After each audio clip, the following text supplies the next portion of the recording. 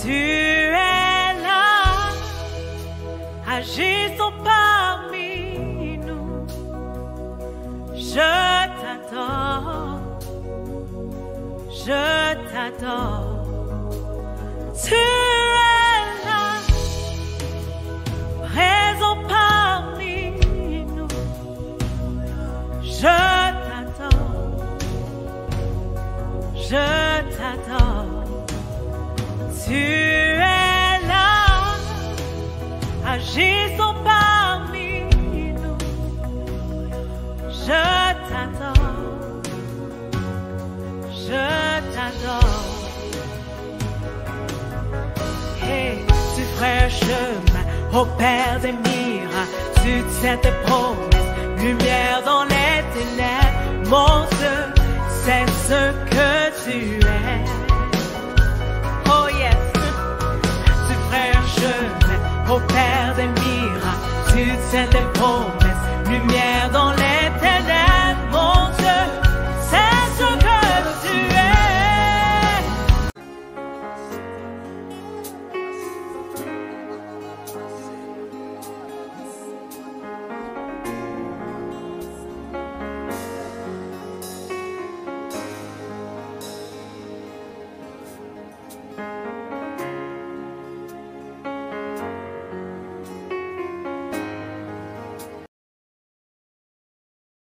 De notre Seigneur, notre Dieu, pour ce moment que nous allons passer dans sa présence. Nous allons commencer par la prière au nom de Jésus-Christ. Éternel, notre Père, notre Dieu, il t'a plu de nous rassembler encore ce soir pour ce moment dans ta présence. Bénis chaque frère, chaque sœur qui a disposé de son temps pour être ensemble avec nous. Nous te prions, Seigneur, de nous conduire et de régner au milieu de nous par ton Esprit Saint. Bénis mon frère qui suit en ce moment cette vidéo. Bénis ma soeur qui est connectée en ce moment. Que ta grâce coule sur chacun d'entre nous. Ouvre notre intelligence spirituelle. Ouvre notre entendement. Ouvre, Seigneur, nos yeux, les yeux de nos cœurs, afin que nous saisissions ta pensée pour nous, Seigneur, ce soir. Parce que tu veux nous parler et nous voulons t'écouter, pas écouter un homme, mais t'écouter toi, le roi des rois, le Seigneur des seigneurs. C'est pourquoi, Seigneur, je me soumets totalement à toi, que ton Esprit Saint parle à mon frère, parle à ma soeur et me parle ce soir. Que toute la gloire te revienne, mon Père. Au nom de Jésus-Christ, ton Fils bien-aimé, j'ai ainsi prié. Amen. Que le Seigneur vous bénisse tous. Vous qui êtes connectés par Facebook, vous qui êtes connectés par YouTube, que le Seigneur vous bénisse par téléconférence, que le Seigneur soit avec vous tous. Et nous sommes contents d'être encore avec vous ce soir pour continuer notre enseignement sur épouser la vision de Dieu pour une église forte, une église locale forte, une église locale dont les membres, oui, sont réellement les membres du corps du Christ. Ces personnes, en épousant la vision de Dieu, alors saisissent la pensée du Seigneur et cela donne une église locale qui est puissante, qui est forte pour la gloire de notre seul Dieu. Alléluia.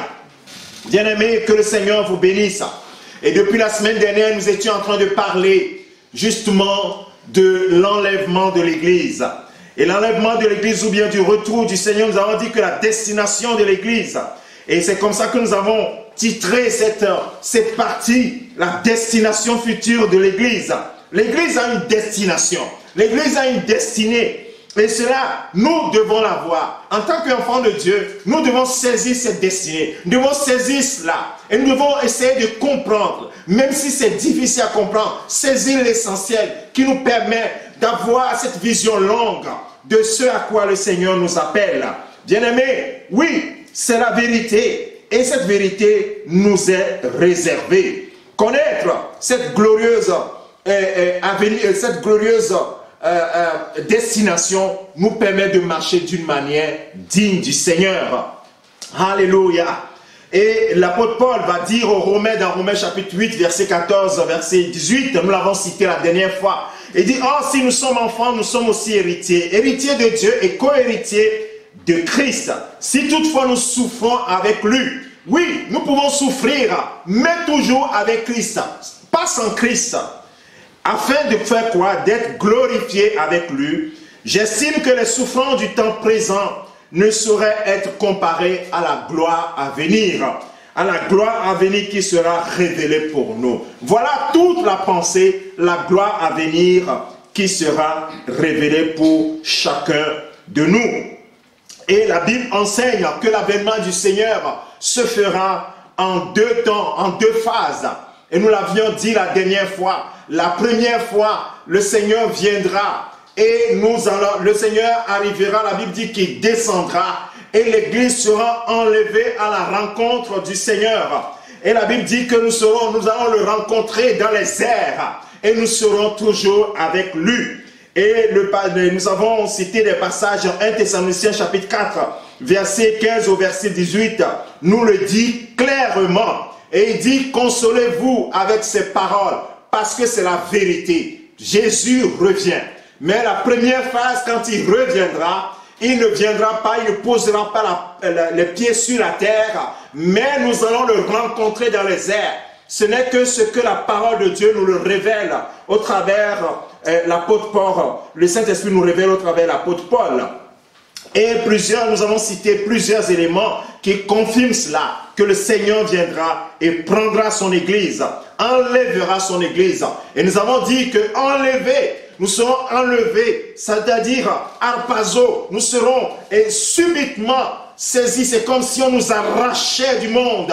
On nous arrachait du monde et nous allons nous élever dans les airs à la rencontre de notre Seigneur Jésus-Christ. Et cela est très important et très imminent. Et nous sommes passés en revue les éléments, comment ça va se faire. Nous avons dit que ça se fera en un clin d'œil. En un clin d'œil. Au moment où nous ne nous attendons pas, il y a plusieurs références que nous avions citées qui prouvent que le Seigneur arrivera comme un voleur. Subitement, il arrivera. Et la Bible l'atteste au travers plusieurs références. Nous avons cité également 2 Pierre chapitre 3 verset 10 et également par rapport à l'avènement du Seigneur. Et nous avons dit que cela, personne ne connaît l'heure, personne ne connaît le jour. Donc personne ne peut estimer que le Seigneur reviendra en 2020, en 2021, 2030, 2040. Personne ne connaît le jour. Nous savons seulement une seule chose, c'est que les signes annonciateurs sont évidents. Évidents pour les initiés, les gens qui sont dans l'église, mais également évidents pour les gens qui se disent non, la fin du monde, ils en ont entendu parler, mais quand ils voient tout ce qui se passe, ils se disent waouh, quelque chose va se passer. Pour eux, c'est la fin du monde. Mais nous savons que c'est plus complexe que ça. L'église sera enlevée et après, il y aura des grandes choses. Donc, les signes se passent au niveau d'Israël. Il y a beaucoup de choses déjà. En 1948, avec la création de l'État d'Israël, l'accomplissement des prophéties annoncées longtemps d'avance, au travers Daniel, au travers Ésaïe, tout cela, des prophètes également, ça commence par s'accomplir. Et l'accomplissement, bien aimé, se déroule. Donc il n'y a pas de moment où l'accomplissement ne se fait pas sentir. Dans les nations, nous voyons les royaumes qui successivement se sont enchaînés. Et nous voyons que la statue qu'a vue Daniel, l'image que Daniel a vue dans Daniel chapitre 2, et l'interprétation qu'il a donnée à Nebuchadnezzar nous montre les différentes nations qui vont passer, les royaumes qui vont passer. Et nous avons vu les royaumes qui se sont défilés, babyloniens. Oui, les Mèdes, les Perses sont passés, les Grecs sont passés, les Romains sont passés. Et nous sommes, bien aimés, à la fin de l'interprétation, c'est-à-dire nous sommes dans les temps de la fin. Et également, au niveau de l'Église, il y a des signes qui montrent que nous sommes vraiment vers la fin des temps. Mais tout cela, nous avons dit que ça se passera en 2 phases. La première phase, c'est ça qui nous intéresse aujourd'hui, la phase de l'enlèvement de l'Église, parce que c'est ça qui nous concerne. La deuxième partie nous concerne également, mais c'est surtout cette partie, parce que la deuxième venue du Seigneur, parce qu'il reviendra encore, quand il va nous prendre, en ce moment nous serons avec lui, et il y aura un temps où il y aura beaucoup de choses qui vont se passer. Donc le Saint-Esprit, la Bible le prouve, que celui qui retient l'homme d'iniquité, quand il sera enlevé, quand il ne sera plus là, alors là, ce sera la décadence sur cette terre. Des choses terribles qui vont se passer. Mais l'Église en ce moment sera déjà avec le Seigneur. Et la deuxième phase, c'est que le Seigneur reviendra et ses pieds se poseront sur le mont des Oliviers. Et nous avons donné la référence dans Zacharie chapitre 14, verset 1 au verset 4. Et la Bible dit, je vais lire cela avant de repasser sur ce qui nous concerne exactement. Parce que cette deuxième phase, je ne vais pas la détailler parce qu'elle est plus complexe. Il y a beaucoup d'étapes. Mais ce temps-là sera pour le jugement des nations. Alors, dans Zacharie chapitre 14, verset 1, il dit, « Voici le jour de l'Éternel arrive, et des dépouilles seront partagées au milieu de toi. Je rassemblerai toutes les nations pour qu'elles attaquent Jérusalem. La ville sera prise, les maisons seront pillées et les femmes violées. La moitié de la ville ira en captivité, mais le reste du peuple ne sera pas exterminé de la ville. L'Éternel apparaîtra et il combattra ces nations comme il combat au jour de la bataille. » Verset 4. « Ses pieds se poseront en ce jour sur la montagne des Oliviers. » Ses pieds se poseront sur la montagne des Oliviers qui est vis-à-vis de Jérusalem. Du côté de l'Orient, la montagne des Oliviers se fendra par le milieu à l'Orient et à l'Occident. Et il se formera une très grande vallée. Une moitié de la montagne reculera vers le septentrion et une moitié vers le midi. Alléluia. Oui, donc la deuxième partie, la deuxième phase, le Seigneur posera ses pieds sur la terre, sur le mont des Oliviers. Et vous vous rappelez, quand le Seigneur partait, et je vais bien lire cette partie, quand le Seigneur partait, et la Bible dit qu'il a été enlevé. Dans Actes des Apôtres chapitre 1, à partir du verset 10, la Bible dit une chose. Et comme il avait les regards fixés vers le ciel, parce que les apôtres, il les a emmenés sur le mont des Oliviers, et il est parti. Et la Bible dit que, et comme ils avaient le regard fixé, bon, peut-être je vais lire à partir du verset 9. Après avoir dit cela, il fut élevé pendant qu'il le regardait, et une nuée le déroba à leurs yeux. Une nuée déroba Jésus à leurs yeux. Et comme ils avaient les regards fixés vers le ciel pendant qu'ils s'en allaient, voici deux hommes vêtus de blanc leur apparurent. Verset 11, et il dit, « Hommes Galiléens, pourquoi vous arrêtez-vous à regarder au ciel? Ce Jésus qui a été enlevé au ciel du milieu de vous, viendra de la même manière que vous l'avez vu allant au ciel. » Ici, l'ange ne parlait pas de l'enlèvement de l'Église. L'ange parlait du fait que Jésus va redescendre de la même manière sur le mont des Oliviers. C'est ce que Zacharie était en train de dire, le prophète Zacharie dans Zacharie chapitre 14. Il reviendra et posera les pieds sur le mont des Oliviers. Les écrits sont clairs et il va juger les nations. Il y a des étapes, mais nous n'allons pas passer par ces étapes. Mais c'est à ce moment qu'il y aura le jugement des nations. Le jour du jugement passera par là. Et dans Matthieu chapitre 25, nous avons les détails. Matthieu chapitre 25, verset 31, verset 46, la Bible nous en parle. Bien-aimés, le retour du Seigneur Jésus-Christ pour l'Église, la première phase, c'est ça qui nous intéresse. Parce que c'est là où le Seigneur nous attend. Il va venir et nous serons enlevés à sa rencontre. En ce moment, il faut que nous soyons prêts. Nous soyons prêts et prêts. Quand nous voyons ce que l'Église traverse depuis le temps de Jean-Baptiste, après le départ de Jésus-Christ, les apôtres qui ont entendu ces deux anges leur dit que Jésus reviendra et posera les pieds, descendra comme ils l'ont vu partir. Ces apôtres, certains seront rapidement dans les mois qui ont suivi et décapités, notamment Jacques. Pierre qui sera mis en prison. Ils vont traverser des choses difficiles. La persécution dans l'église, ils sont dispersés. Et presque tous sont morts en martyrs, un peu partout. Et l'apôtre Paul qui a été appelé un peu après les premiers apôtres de Jésus-Christ, il a été décapité. Donc nous voyons que Jean, seul pratiquement, est mort sur l'île de Patmos sans être véritablement, disons, crucifié ou bien lapidé ou bien scié ou quoi que ce soit. Mais là également, il était en exil. Donc vous voyez que l'Église a traversé des choses très difficiles. Et aujourd'hui, si nous traversons des choses difficiles, le Seigneur a déjà prévenu ses disciples. Il dit, vous aurez de la tribulation dans ce monde, mais gardez courage, j'ai vaincu le monde. Et ça, nous devons l'avoir en tête. Nous devons l'avoir en tête. Bien-aimés, cela est important que nous puissions nous y attarder. Donc, ça veut dire que l'enlèvement de l'Église est un sujet de grande consolation pour l'Église. Un sujet de grande consolation. Dans Tite, chapitre 2, versets 11 et 14, à 14 plutôt, la Bible nous dit « Car la grâce de Dieu, source de salut pour tous les hommes, a été manifestée.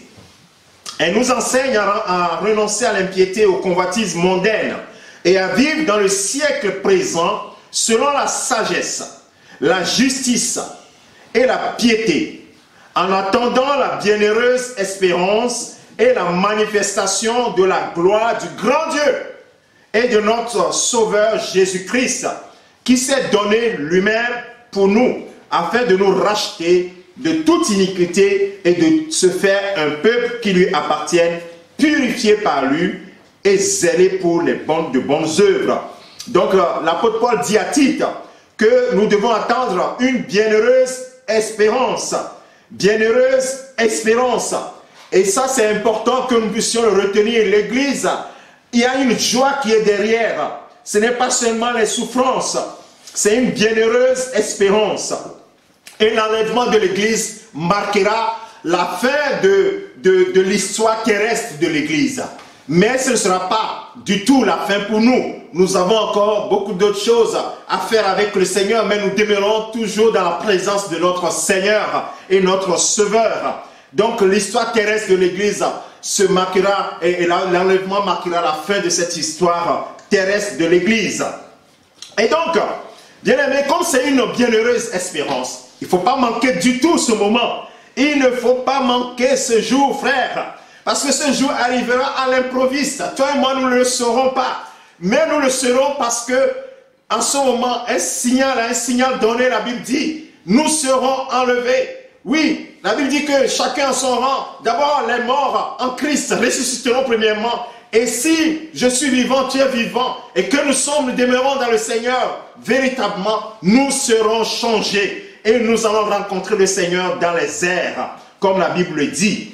Donc pour cela, nous devons nous demander, poser la question, comment puis-je tenir dans ces moments difficiles, dans ce siècle qui est difficile? Comment je pourrais tenir jusqu'à l'avènement du Seigneur? C'est une très bonne question que tu te poses. Et nous essaierons d'apporter quelques éléments aujourd'hui. Et je t'invite aussi le dimanche prochain, l'apôtre Jean-Rémy Divakai va faire une intervention et parlera également de comment nous pouvons vivre ces derniers temps en attendant l'enlèvement de l'Église. Oh, nous serons nourris. Nous serons nourris. Tu auras des éléments aujourd'hui. Et le dimanche, tu auras encore des éléments. Oh, quelle grâce que nous avons, bien-aimés de Dieu, d'écouter toutes ces choses pour que nous puissions nous apprêter. Parce qu'il faut vraiment s'apprêter. Ce jour va arriver très vite. Très vite.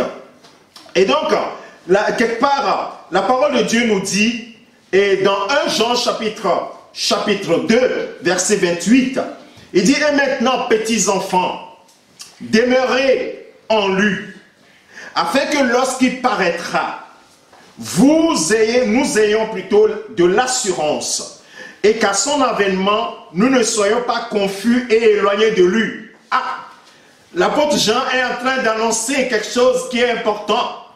Il dit, petits enfants, demeurez en lui. Pourquoi je dois demeurer en lui? Pourquoi tu dois demeurer en lui? Afin que lorsqu'il paraîtra, lorsque Jésus-Christ paraîtra, nous ayons l'assurance. Donc s'il y a une assurance à avoir, il faut vraiment que je m'assure que vraiment tout ce dont on parlera, je demeure dedans.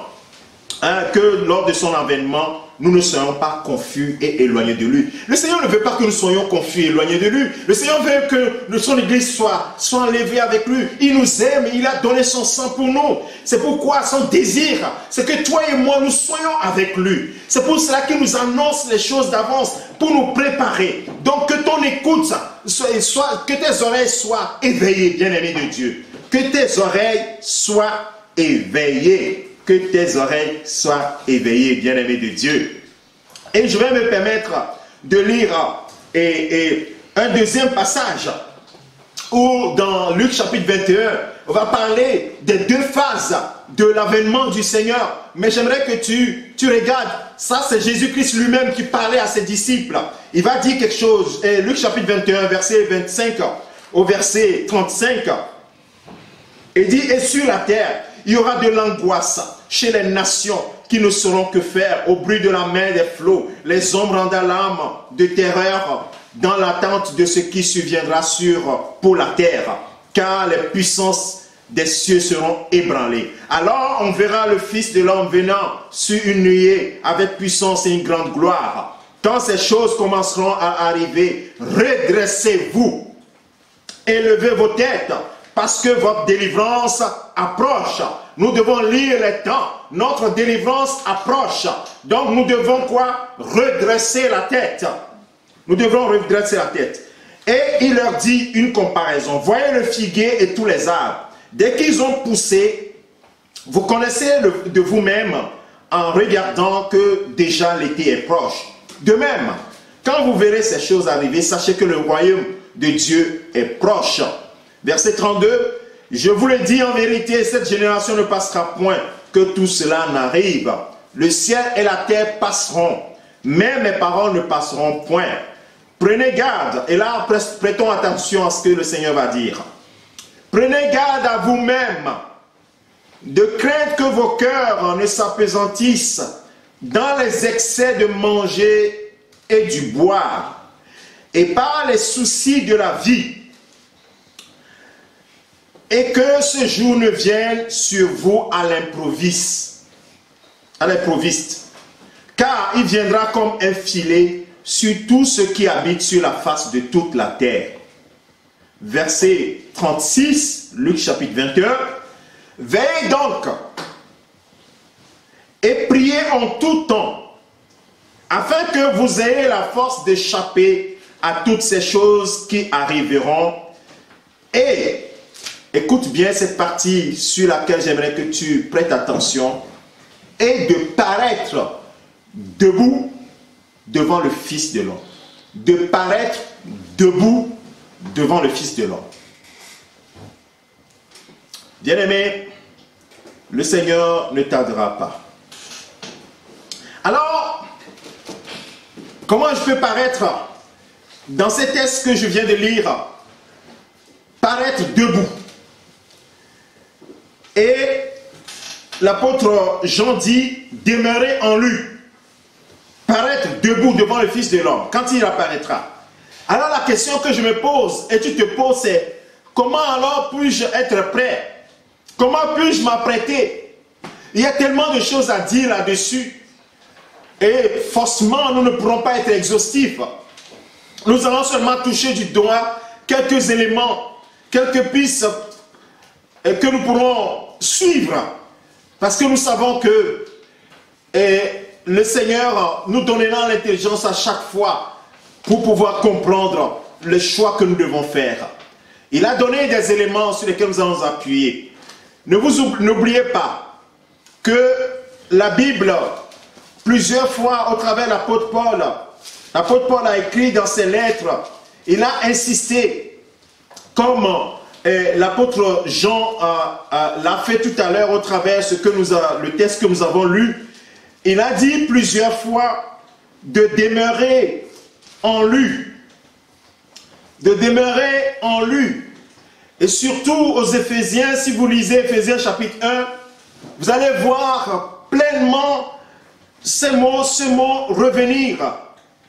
Il dit, béni soit, le verset 3 dit, béni soit le Dieu et Père de notre Seigneur Jésus-Christ, qui nous a bénis de toutes les bénédictions spirituelles dans les lieux célestes en Christ. Ça commence par là. C'est seulement en Christ, pas en dehors de Christ. En lui, Dieu nous a élus.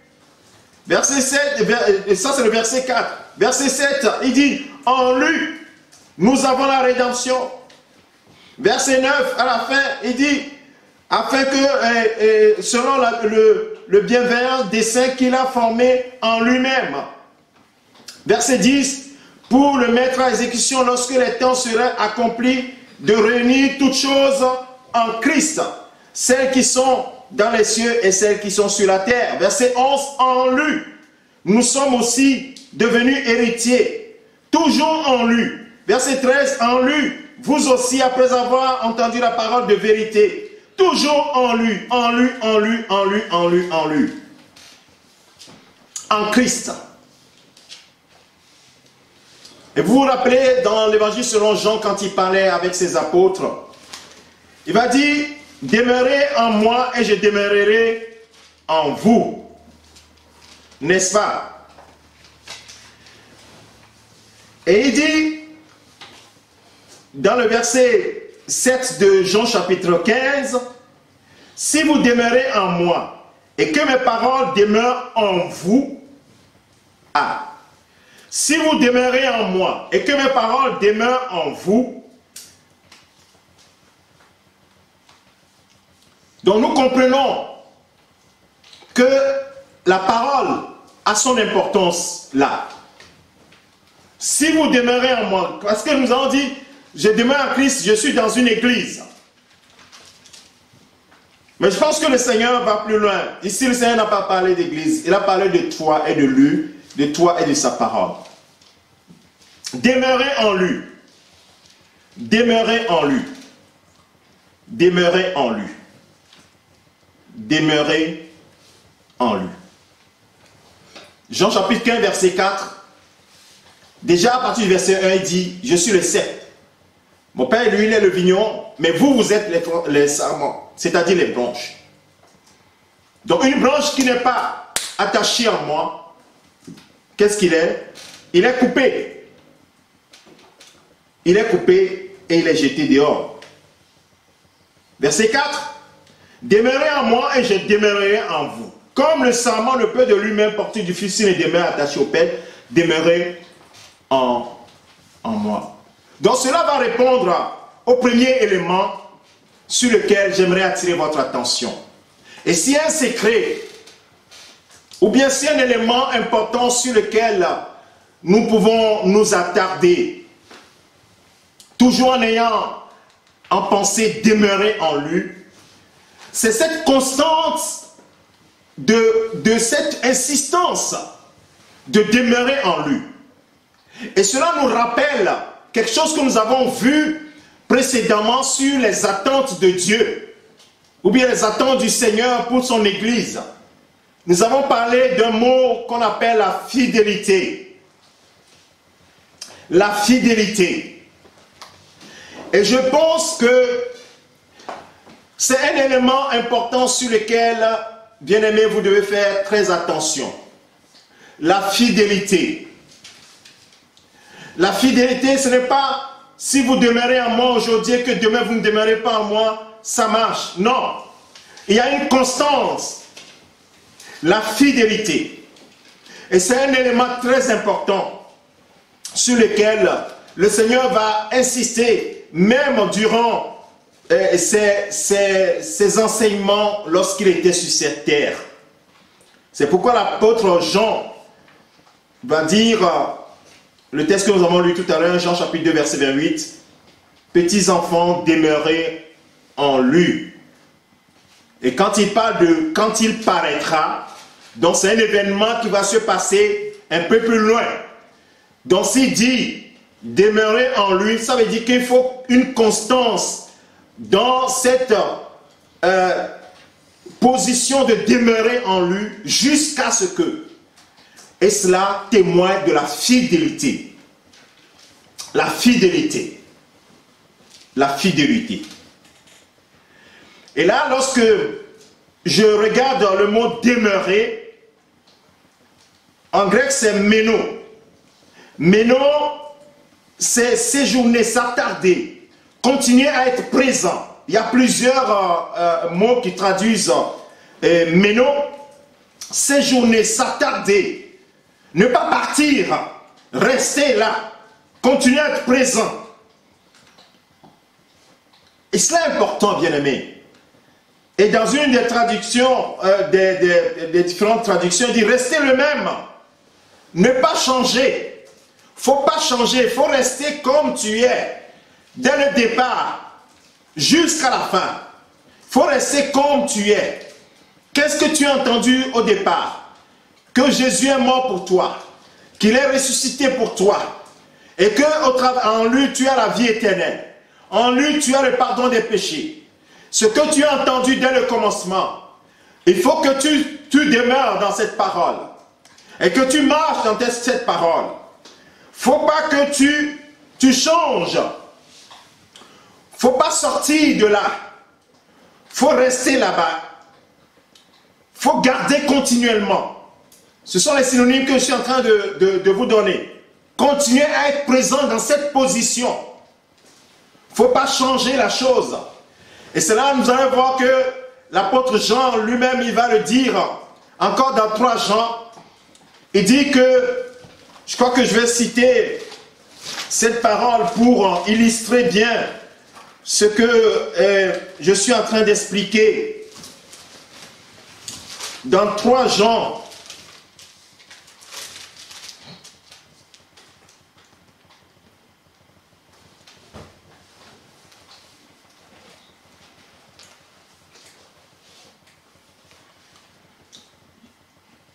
j'espère que j'ai la bonne référence. Là où le Seigneur dit, si vous demeurez dans la doctrine, dans la bonne doctrine.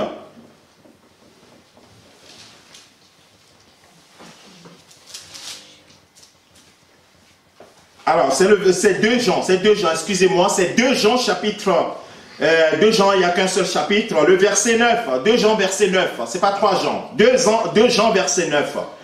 Quiconque va plus loin, quiconque sort ou bien dépasse, il dit restez en lui, demeurez, restez le même, gardez continuellement, ne pas partir, ne pas faire autre chose. Il dit ici, verset 9, quiconque va plus loin et ne demeure pas dans la doctrine de Christ n'a point Dieu. Celui qui demeure dans la doctrine a le Père, il a le Fils. C'est-à-dire qu'il a le Père, il demeure dans le Père, il demeure dans le Fils. Bien-aimé, la fidélité. La fidélité par rapport à la parole de Dieu. Et la Bible nous dit, l'apôtre Paul dit dans 1 Corinthiens chapitre 4, le verset 2, je suis en train de répondre à ta question, à ma question de comment je dois pouvoir tenir, parce que Jésus, je sais que les signes sont là, que Jésus va revenir bientôt, comment je dois tenir jusqu'à ce qu'il n'arrive.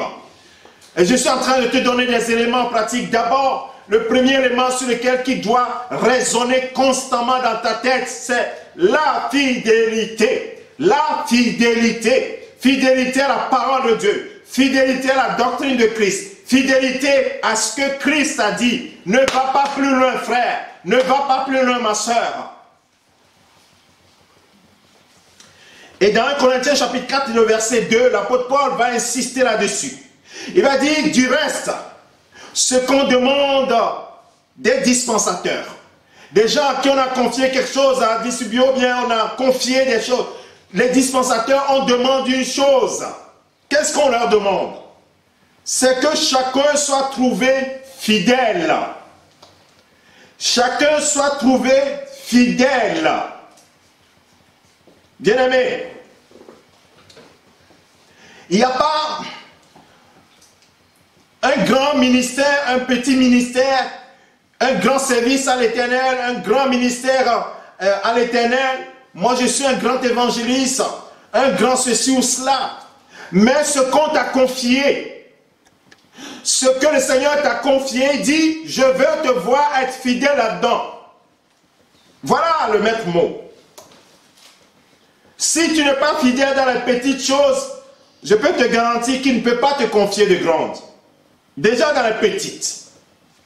La première des fidélités, c'est par rapport à la parole de Dieu, ce que tu as écouté, ce que tu as entendu. Vous imaginez des gens qui ont reçu Christ. Il y a des gens qui, après, commencent par dire, mais est-ce que Jésus est la même? Est-ce que c'est lui seul qui est le chemin? Quand tu commences par dire des choses comme ça, c'est que ça ne va pas. Demeure en lui. Et quand nous regardons la fidélité, selon les écrits, nous avons eu déjà à définir cela. C'est la fidélité, vous comprenez cela déjà.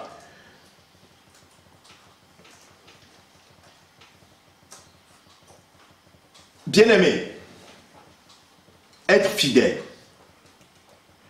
Vous vous rappelez que plusieurs fois le Seigneur Jésus-Christ, il va parler de certaines paraboles. Et quand il va parler de ces paraboles, il va parler quelque part il va parler de l'économe fidèle, il va parler des serviteurs qui est fidèle, dont le maître en rentrant verra en train de faire ce qui lui est confié. Donc nous voyons que il y a beaucoup de choses. Il y a beaucoup de choses que le Seigneur, les indices que le Seigneur nous a donnés dans sa parole pour que nous puissions véritablement demeurer en lui. Il a parlé parfois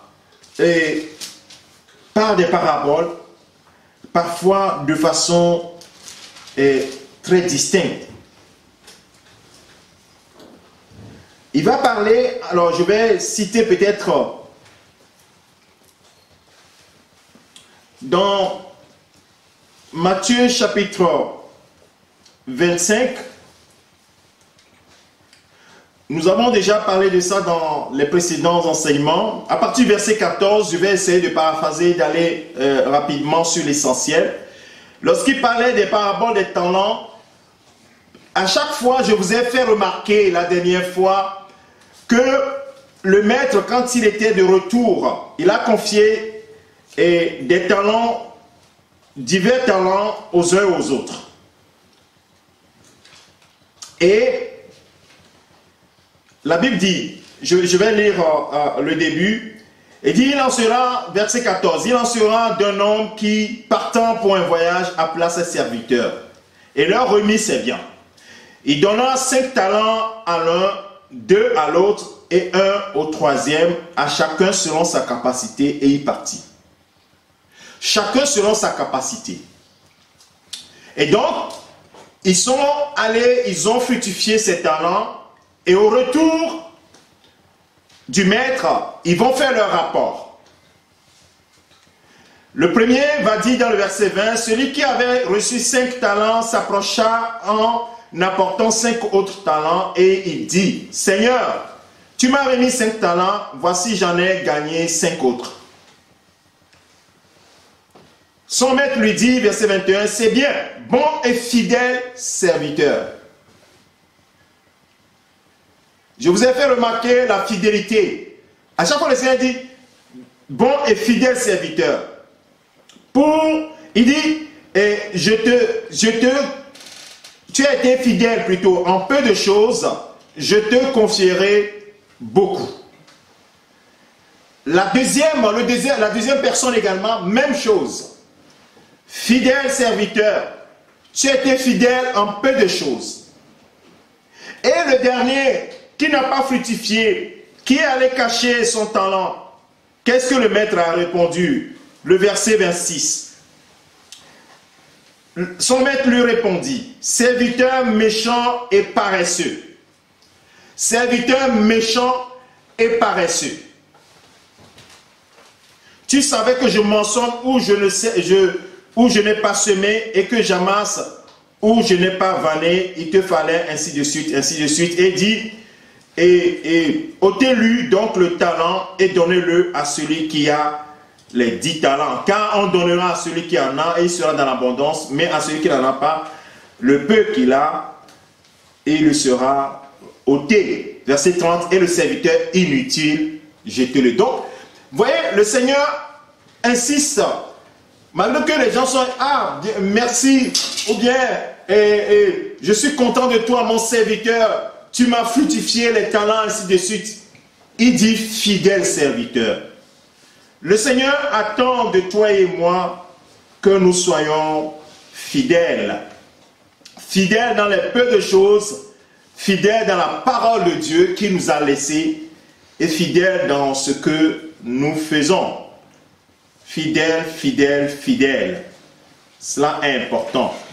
Donc, s'il y a un élément sur lequel je dois insister, c'est la fidélité.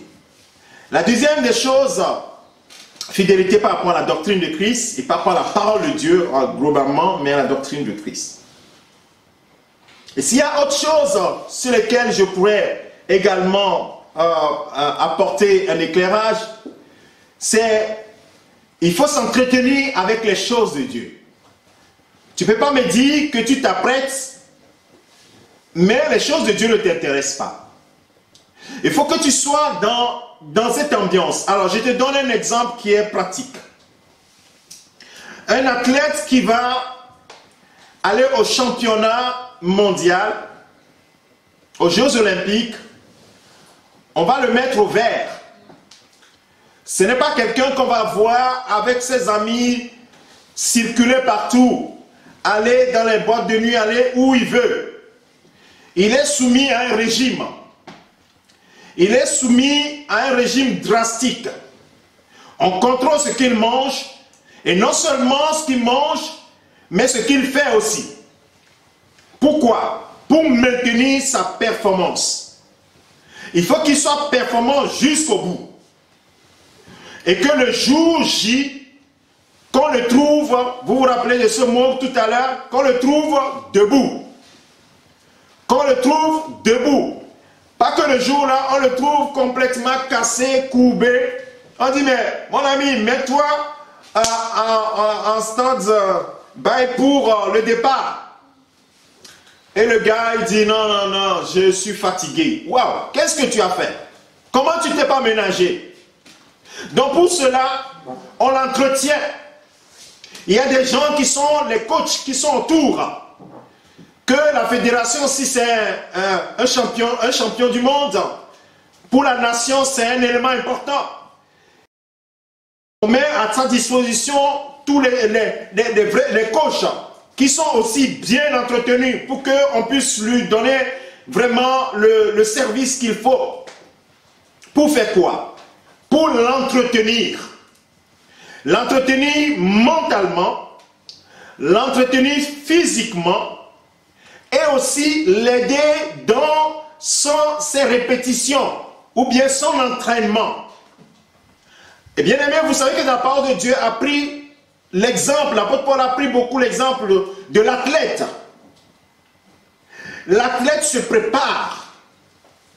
Et comme nous savons qu'il y a une couronne devant, cette couronne, bien sûr, il y a une couronne qui nous attend dans le royaume de Dieu. Mais déjà, notre enlèvement est déjà une première victoire. Alléluia. Et pour cette victoire-là, nous ne devons pas ménager nos efforts. Nous devons, s'il y a privation à avoir, nous devons faire des privations. S'il y a des entraînements à avoir, nous devons nous entraîner. S'il y a à suivre notre régime, nous devons suivre notre régime. Bien aimé, et cela est très important. Et je vous ai raconté l'histoire d'un champion, un athlète champion des 100 mètres français, qui avait fait un discours, j'avais assisté à sa conférence, et qui nous parlait de l'endurance et aussi la persévérance. Et il disait que dans les préparations, il avait échoué premièrement à être champion du monde. Et pour préparer les prochains championnats, il a fallu qu'il se mette au vert, séparé de tout pendant 6 mois. juste pour gagner combien? Pour gagner 1 seconde sur sa performance. Et il était au régime strict. Il s'entraînait tous les jours pour gagner 1 seconde et remporter le prix. Et il a remporté le prix. Et il nous disait, parce que c'est dans une entreprise, il disait, vous devez être persévérant. Vous devez être focus sur l'objectif. Focus sur l'objectif. Vous ne devez pas vous laisser distraire. Et il donnait des exemples. Il dit, mes amis faisaient parfois des fêtes. J'avais envie d'aller. Mais mes yeux étaient sur l'objectif. Je vais gagner la médaille d'or. Et pour cela, j'ai mis tout en œuvre pour gagner 1 seconde sur ma performance. Et il y est arrivé. Nous qui attendons la couronne, nous qui attendons la vie éternelle, l'enlèvement pour vivre éternellement avec le Seigneur, combien plus notre veille doit être sérieuse. Nous devons veiller sur nous-mêmes. Et ainsi, l'apôtre Paul va dire aux Éphésiens, dans Éphésiens chapitre 5, Éphésiens chapitre 5, le verset 9.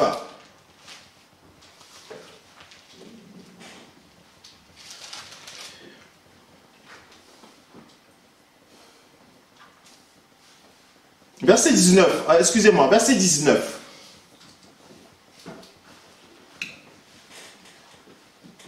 Je vais lire à partir du verset 18, si vous le permettez. Ne vous enivrez pas de vin, c'est de la débauche. Soyez au contraire remplis du Saint-Esprit. C'est bien. Verset 19. Entretenez-vous, pas des psaumes, pas des hymnes, et pas des cantiques spirituels, chantant et célébrant de tout votre cœur les louanges du Seigneur. Rendez continuellement grâce à Dieu le Père pour toutes choses au nom du Seigneur, de notre Seigneur Jésus-Christ, vous soumettant les uns aux autres dans la crainte de Christ. Entretenez-vous. Et ici l'apôtre parle des psaumes, les hymnes. En réalité, entretenez-vous par la parole de Dieu. Entretenez-vous. Si vous ne vous entretenez pas, bien-aimés, comment vous pouvez remporter le championnat?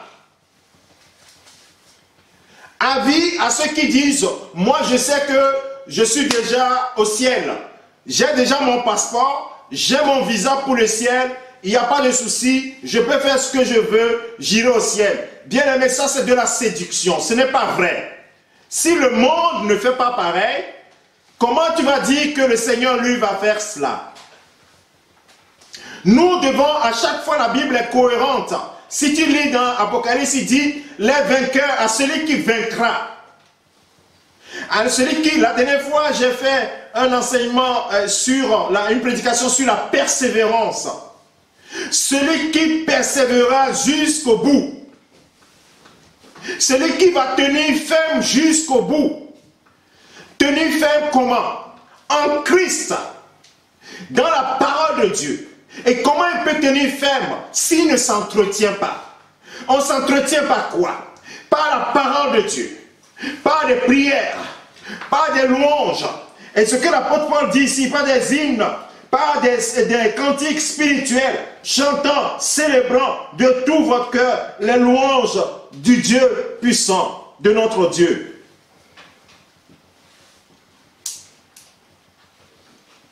C'est un élément pratique.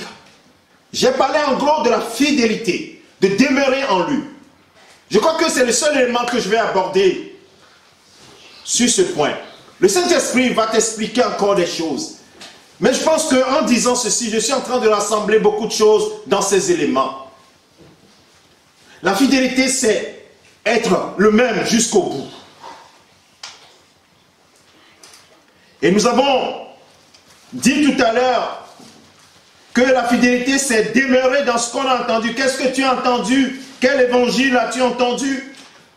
Quand tu as connu le Seigneur, l'apôtre Paul plusieurs fois disait, Aux Éphésiens, quand j'ai entendu parler de votre foi, de votre amour pour le Seigneur, je ne cesse de prier pour vous.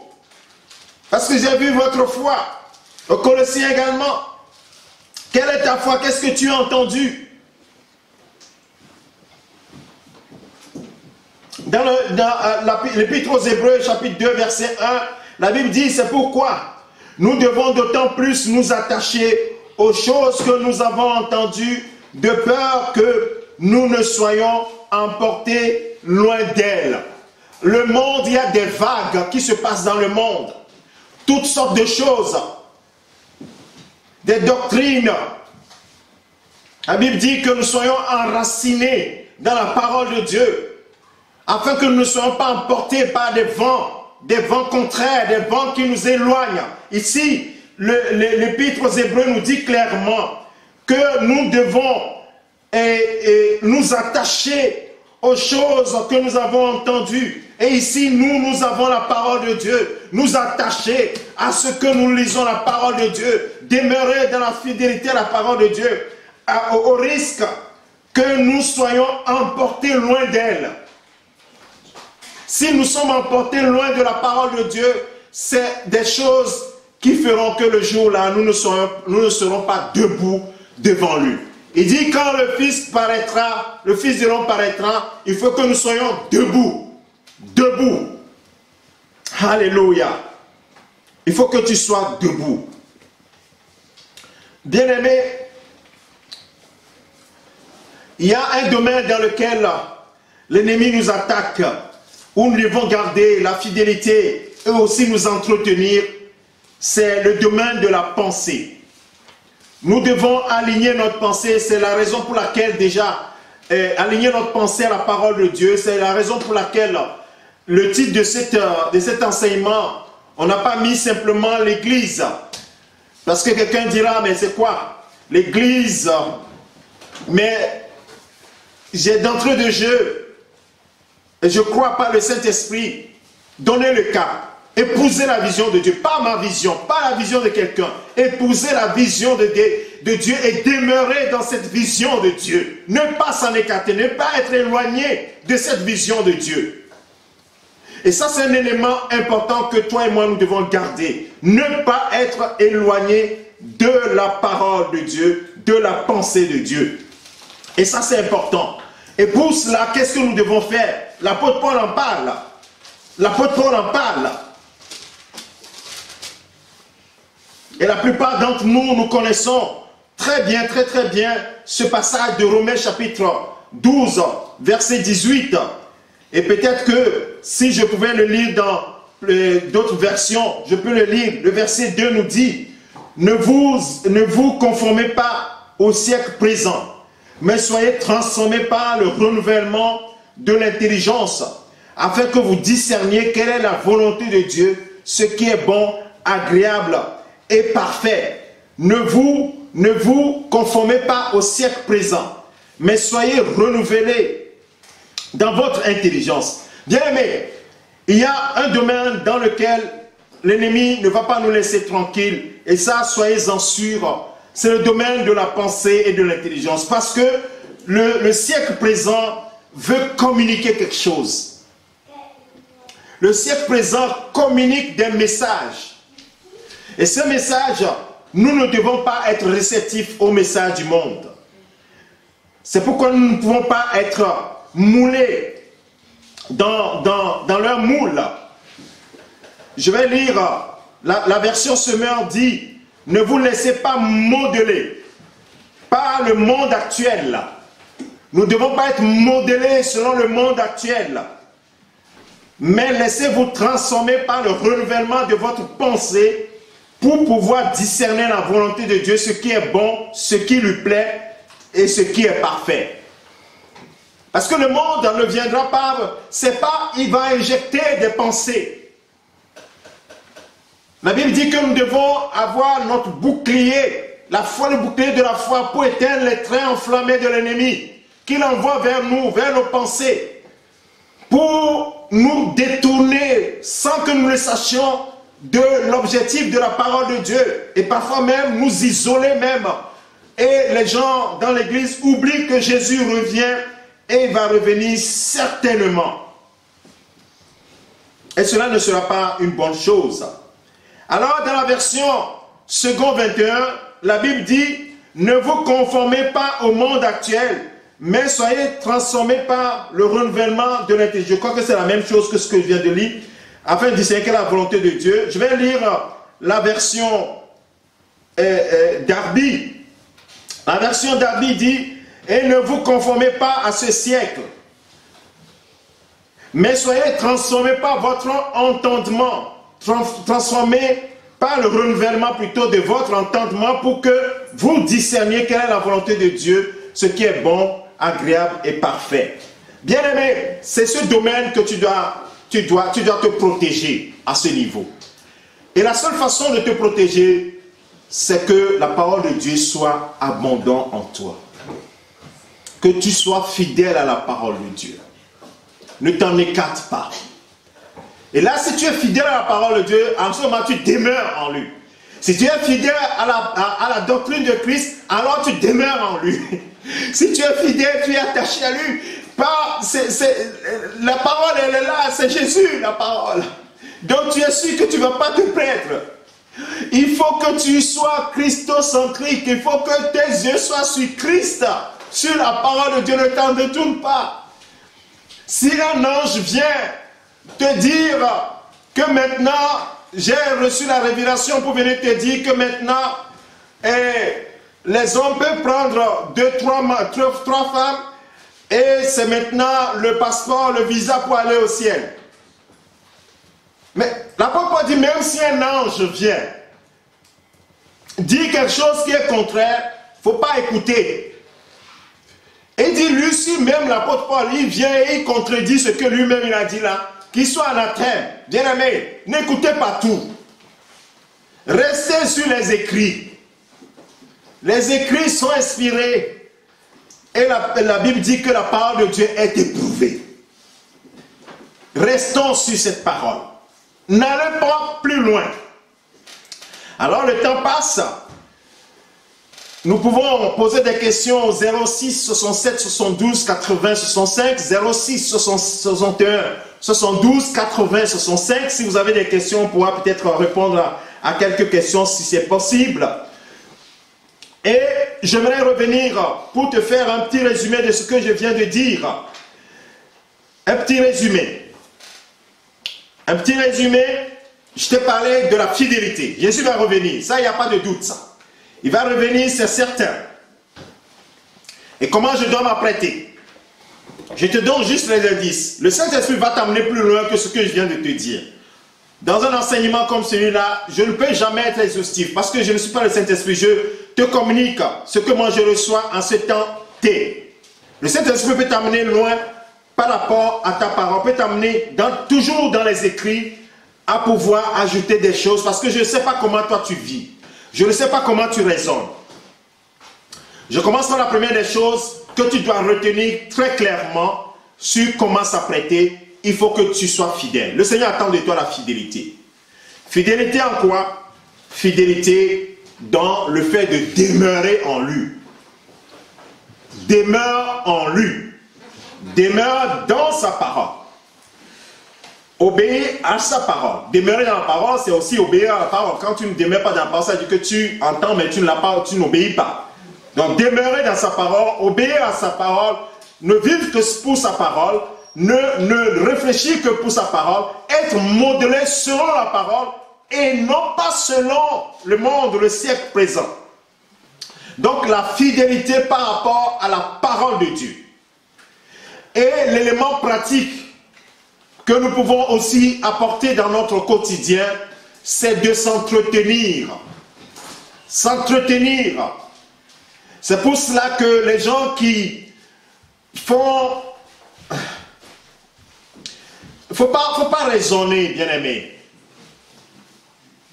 Il faut être pratique et pragmatique. Si tu n'as pas appris à demeurer dans la parole, comment tu peux tenir lorsque les choses vont devenir de plus en plus difficiles? La Bible dit que dans les derniers temps, les choses seront difficiles. L'apôtre Paul a dit à Timothée, les choses seront difficiles. La seule chose qui peut nous protéger, c'est de demeurer dans sa parole, demeurer fidèle et de s'entretenir dans les choses de Dieu. Que vos regards, bien-aimés de Dieu, soient sur les choses de Dieu. Aimez les choses de Dieu. Aimons les choses de Dieu. Entretenons-nous par des psaumes, par des hymnes, par des cantiques, par les choses de Dieu. C'est important. S'entretenir par les choses de Dieu et s'attacher toujours à la parole de Dieu et ramener notre pensée vraiment à l'obéissance de Christ. Notre pensée doit être captive à l'obéissance du Christ, comme l'apôtre Paul le dit dans 2 Corinthiens chapitre 10, verset 4 et verset 5. Voilà en gros ce que je voulais te dire ce soir. Les éléments qui nous permettront assurément de pouvoir prendre part à ce retour du Seigneur. Oh, le retour du Seigneur sera certainement là. Même si tu ne crois pas, il y a des gens qui vont dire, oh, depuis le temps, on nous dit que le Seigneur va revenir, il ne revient pas. Bien-aimé, il va revenir. Je crois qu'il faut plutôt que tu sois plus sûr, ou bien que tu aies la foi que le Seigneur va revenir. Et cela, c'est mieux pour toi. Je vais finir, bien-aimé, sur cette partie concernant l'enlèvement de l'Église. En l'occurrence, la première phase, l'Église qui sera enlevée. L'avènement du Seigneur, j'allais dire la première phase de l'avènement, qui est l'enlèvement de l'Église, la fin de l'histoire terrestre de l'Église. De lire cette exhortation de l'apôtre Pierre. Dans 2 Pierre chapitre 3,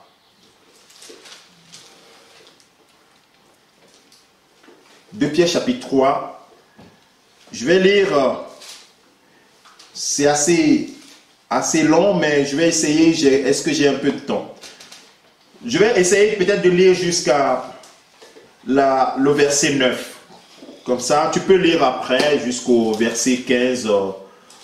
Oui.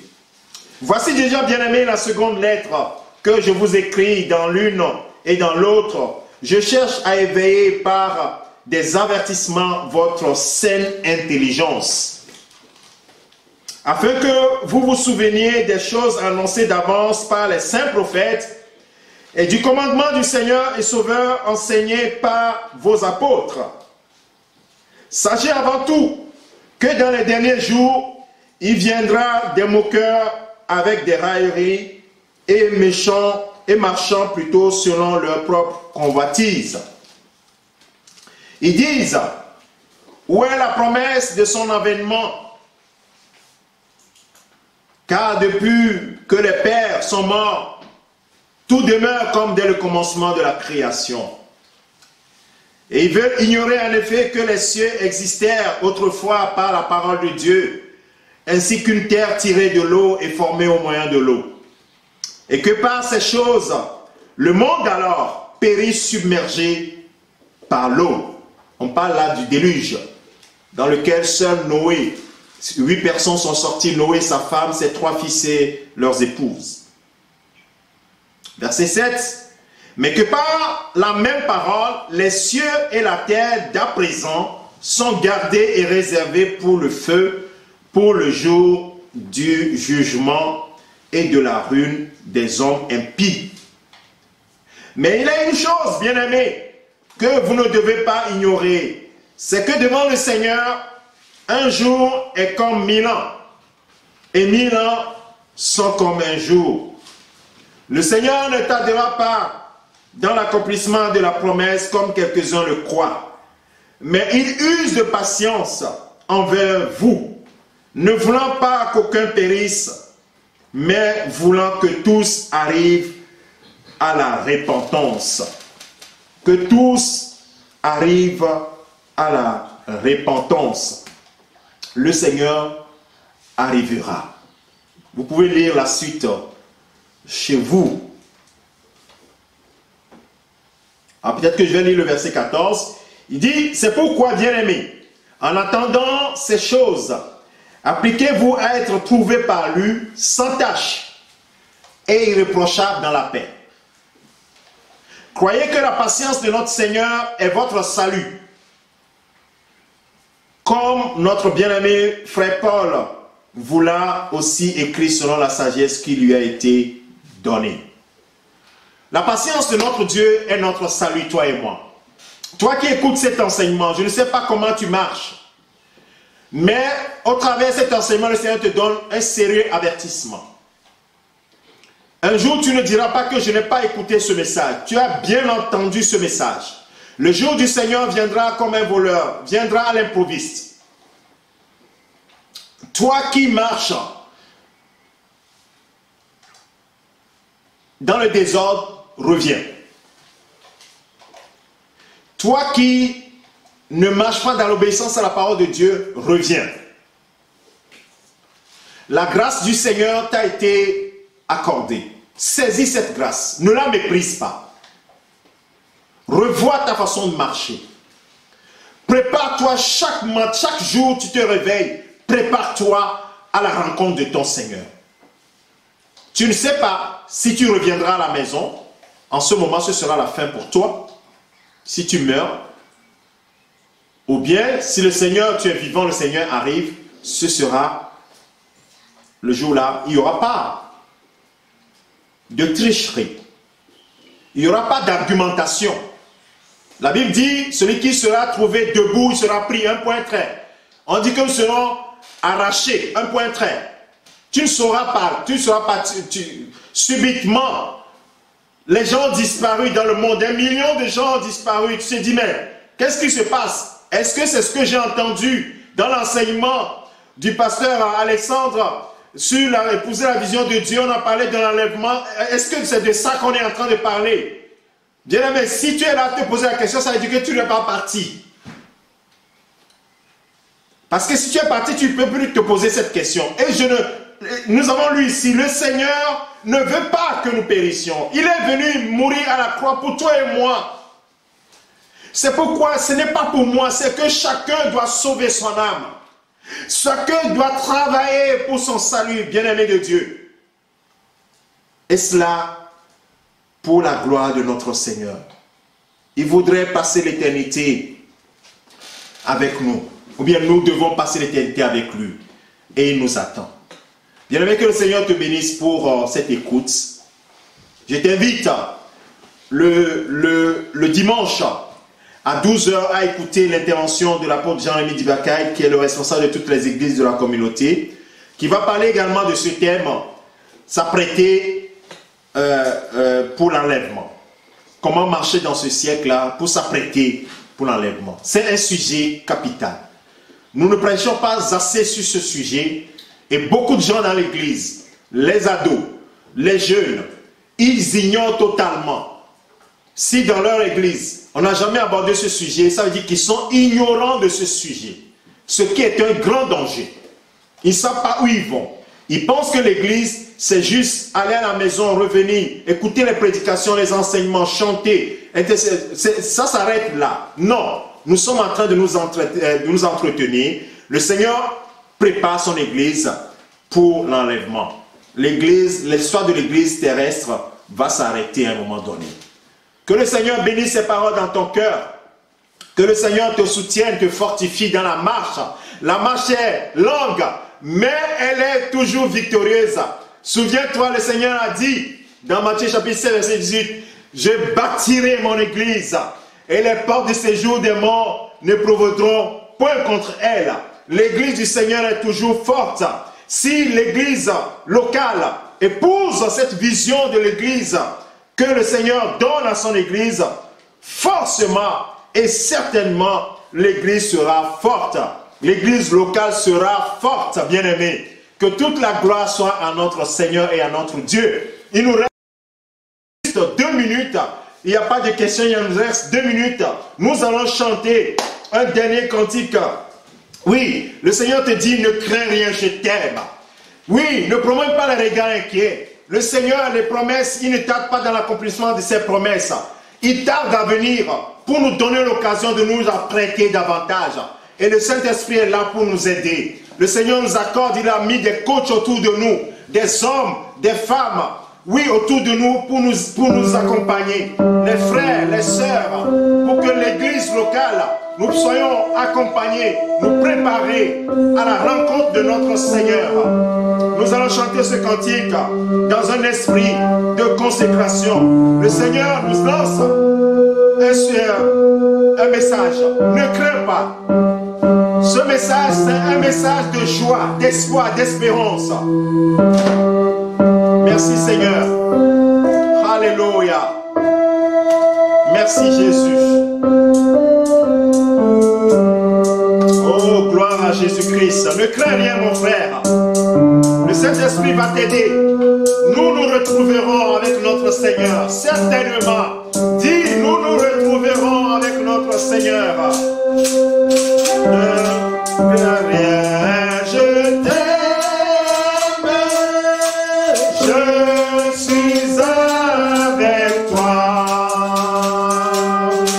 Promesse suprême.